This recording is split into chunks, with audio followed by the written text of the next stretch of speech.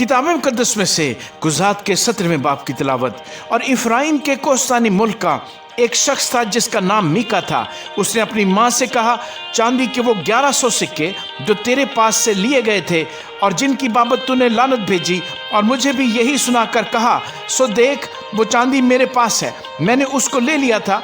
उसकी माँ ने कहा, मेरे बेटे को खुदावंद की तरफ से बरकत मिले। और उसने चांदी के वो 1100 सिक्के अपनी माँ को फेर दिए।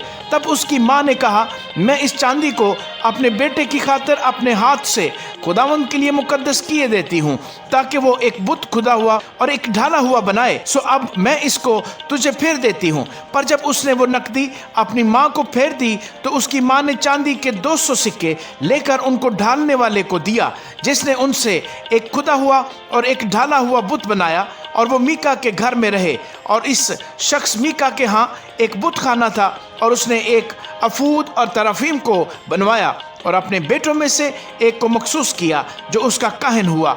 उन दिनों इसराइल में कोई बादशाह ना था और हर शख्स जो कुछ उसकी नज़र में अच्छा मालूम होता वही करता था। और बैतलहम यहूदा में यहूदा के घराने का एक जवान था जो लावी था, ये वहीं टिका हुआ था। ये शख्स उस शहर यानी बैतलहम यहूदा से निकला कि और कहीं जहाँ जगह में ले जा टिके। सो वो सफ़र करता हुआ इफ्राइम के कोस्तानी मुल्क में मीका के घर आ निकला। और मीका ने उससे कहा, तू कहाँ से आता है? उसने उससे कहा, मैं बैतलहम यहूदा का एक लावी हूँ और निकला हूँ कि जहाँ कहीं जगह मिले वहीं रहूँ। मीका ने उससे कहा, मेरे साथ रह जा और मेरा बाप और काहन हो, मैं तुझे चांदी के 10 सिक्के सालाना और एक जोड़ा कपड़ा और खाना दूंगा। सो वो लावी अंदर चला गया और वो उस मर्द के साथ रहने पर राजी हुआ। और वो जवान उसके लिए ऐसा ही था जैसा उसके अपने बेटों में से एक बेटा। और मीका ने उस लावी को मखसूस किया और वो जवान उसका काहन बना